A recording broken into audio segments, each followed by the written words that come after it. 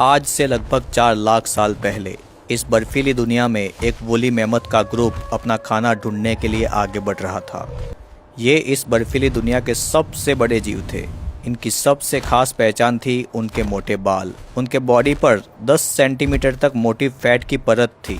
ये बनावट उन्हें -50 डिग्री तक के तापमान से बचाती थी। उनका सबसे अट्रैक्टिव ऑर्गन था उनके मुड़े हुए बड़े बड़े दांत, जो 4 मीटर तक लंबे होते थे। इन दांत का वजन भी 100 किलो से ज़्यादा होता था। थोड़ी दूर जाके ग्रुप रुक गया और अपने विशाल दांतों से बर्फ़ को हटाने लगा। वहाँ उन्हें घास मिली। सब मैमथ घास खाने लगे। एक मैमथ लगभग 180 से 200 किलो तक खाना खाते थे, इसीलिए उन्हें 20 घंटे तक चरना पड़ता था। मैमथ जब घास चर रहे थे तब बर्फीले भेड़िए उन पर घात लगाए बैठे थे। उनका टारगेट था बीचों बीच चल रहा छोटा मैमथ। धीरे धीरे दबे पैर भेड़िए का झुंड आगे बढ़ता रहा और उस छोटे मैमथ के बच्चे पर उन्होंने अटैक कर दिया। लेकिन पूरा ग्रुप एक हो गया और भेड़ियों को भगाने लगा। मैमथ की साइज इतनी बड़ी थी कि इनका शिकार लगभग नामुमकिन था। एक मैमथ का वजन 5 से 7 हजार किलो तक होता था। भेड़िए भाग चुके थे। रात होने आई थी। बर्फबारी तेज हो गई थी। मैमथ के ग्रुप की लीडरशिप अक्सर मादाएं करती थी। ये ग्रुप आगे बढ़ा और पहाड़ के पास जाकर खड़ा हो गया, जहां बच्चों को बीच में रखा गया और दूसरे बड़े मैमथ बच्चों को घेर कर खड़े हो गए ताकि उनका प्रोटेक्शन किया जा सके। बर्फबारी और तेज हो गई। इस बीच ग्रुप खड़ा खड़ा नींद लेने लगा। मैमथ अक्सर खड़े खड़े सोते हैं। कुछ मैमथ कुछ मिनटों के लिए ही लेट कर सो जाते हैं, पर वो भी थोड़े टाइम के लिए ही। अगर ज्यादा टाइम तक लेट लिया तो बॉडी का वजन इतना ज्यादा था कि हड्डियां मुड़ सकती थी या टूट सकती थी। रात को भयानक बर्फबारी के कारण बर्फ की चादर और ज्यादा ऊंची हो गई थी। सुबह जब ग्रुप आगे बढ़ा तो उनके पैर बर्फ में धंसते गए। लीडर आगे चल रहा था कि उसका पैर एक ऐसी बर्फ के ऊपर पड़ा कि जिसके नीचे एक छोटी सी खाई थी। वो पलक झपकते ही उसमें गिर गई और बुरी तरह से घायल हो गई। ग्रुप के सभी साथी ये देखकर खड़े रह गए, लेकिन भेड़िए मैमथ के इस ग्रुप के पीछे ही थे।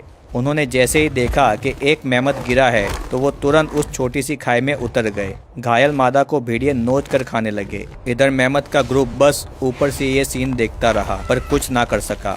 ग्रुप खाने की तलाश में आगे बढ़ा। अब नई मादा इस ग्रुप की लीडर बन चुकी थी। मैमथ के इस ग्रुप के कुछ नर अब जवान हो चुके थे, इसीलिए इन्हें ये ग्रुप छोड़ना था। ग्रुप का एक नर इस बड़े ग्रुप से अलग हुआ और दूसरे ग्रुप की तलाश में आगे बढ़ा, जहां वो प्रजनन कर सके, क्योंकि जिस ग्रुप में वो बड़ा हुआ वहां वो प्रजनन नहीं कर सकता था। ज्यादातर बड़े नर अकेले या फिर बैचलर नर का ग्रुप बनाकर रहते थे। ग्रुप आगे बढ़ा और घास को ढूंढ के चढ़ने लगा, पर ग्रुप की नई लीडर बनी मादा का ध्यान पेड़ के पीछे गया, क्योंकि वहां इन्हें कोई देख रहा था। वो थे नियंदरथाल्स। नियंदरथाल्स के ग्रुप ने भी मैमथ के ग्रुप को देख लिया था। मैमथ को क्या पता था कि आगे चल के ये छोटे जीव इनकी पूरी प्रजाति खत्म कर देंगे। मादा ने सबको सतर्क किया और वहां से मैमथ का ग्रुप दूसरी ओर चला गया।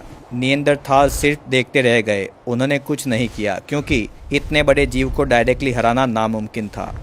हर रोज ऐसे ही चलता रहा। मैमथ घास ढूंढकर खाते और आगे चलते रहते।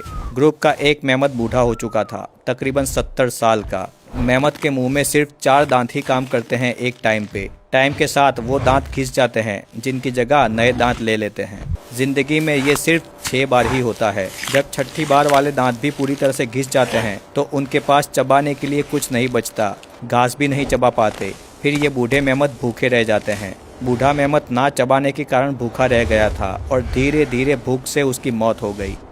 ग्रुप उसे वहीं छोड़कर आगे बढ़ा, लेकिन नियंदरथाल इस पे नजर रख कर बैठे थे। जैसे ही ग्रुप अपने मरे हुए साथी को छोड़कर आगे बढ़ा कि तुरंत नियंदरथाल उस मरे हुए मैमथ के पास आ गए। नियंदरथाल्स उसे फाड़ने लगे और खाने लगे। नियंदरथाल्स ने इस बड़े मैमथ को खींच कर अपनी गुफा में ले गए। उसकी खाल को उतारा, उसके मांस को खाया। मैमथ की हड्डियां अलग कर दी गई। नियंदरथाल के कुछ दिनों के खाने का इंतजाम हो चुका था। इधर मैमथ के ग्रुप की एक मादा 22 महीने से प्रेग्नेंट थी, जिसने आज एक छोटे मैमथ को जन्म दिया था। पूरा ग्रुप उसके प्रोटेक्शन के लिए उसके चारों ओर खड़ा रहा।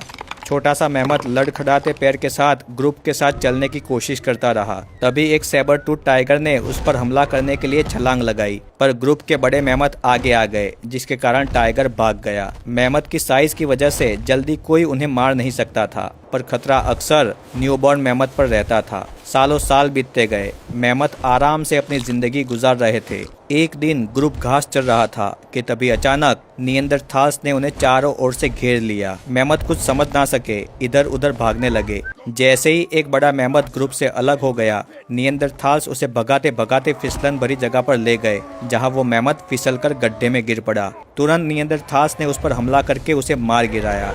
मेमथ का बिखरा ग्रुप आगे चल के एक हुआ, पर एक बड़ा मेमथ गायब हो चुका था, जिसे निएंडरथाल्स ने अपना शिकार बना लिया था। ग्रुप के साथी के जाने का गम सबको था। सब लोग निराश हो चुके थे, क्योंकि छोटे इंसानों ने पलक झपकते ही इतने बड़े मेमथ को मार गिराया था। अब मेमथ के मन में डर बस चुका था कि ये जीव सबसे खतरनाक है। ग्रुप आगे बढ़ता रहा। मेमथ का ये ग्रुप घास चर रहा था कि तभी मेमथ के ग्रुप ने दूर से निएंडरथाल्स को देखा। पूरा ग्रुप उन्हें देखते ही भाग निकला, क्योंकि मेमथ को पता था कि ये शिकारी सबसे खतरनाक है और सबसे अलग है। ऐसे ही लाखों साल बीतते गए। अब इंसान भी इस धरती पर आ पहुंचे थे। एक दिन ग्रुप से एक नर मेमथ अलग होके प्रजनन करने के लिए दूसरे ग्रुप की तलाश में निकला। ये बड़ा नर आगे पहुंचा ही था कि तभी उसके सामने इंसान आकर खड़े हो गए। मेमथ की आंख में डर था। उसे पता था कि अब ये इसका आखिरी दिन है, पर फिर भी वो अपनी पूरी हिम्मत करके वहां से भागा। इंसान भी इसके पीछे भागे। मेमथ को महसूस हो रहा था कि इंसान उसका पीछा कर रहे हैं, इसीलिए डर के कारण उसकी आंखों में से आंसू भी निकल रहे थे। उसे पता चल चुका था कि अब ये इसे नहीं छोड़ेंगे। भागते भागते मेमथ एक फिसलन भरी जगह पर पहुंच गया और वहां पैर फिसलने के कारण गिर गया। जैसे ही मेमथ गिरा, इंसानों ने अपने भालों से उस पर हमला कर दिया और उसे मार गिराया। इंसान मेमथ की पॉपुलेशन को कम करते गए। हजारों साल बीतते गए और इंसानों की ताकत और बढ़ती गई। उनके पास अब सिर्फ भाले नहीं थे, बल्कि तीर कमान, जाल और सबसे बड़ी चीज़ दिमाग था। वो मेमथ के रास्ते को जानते थे, उनके घास के मैदान को जानते थे और उनकी कमजोरियां भी जानते थे। एक एक करके मेमथ के ग्रुप छोटे होते गए। पहले 1000 मेमथ थे, फिर 100, फिर 10। लगभग 10,000 साल पहले की बात है, जब आइस एज खत्म होने लगा, दुनिया गर्म होने लगी, बर्फ पिघलने लगी और मेमथ के घास के मैदान जंगल बनने लगे। जो मेमथ बचे थे वो भूख से लड़ते रहे। इंसान उन्हें घेर घेर कर मारते रहे।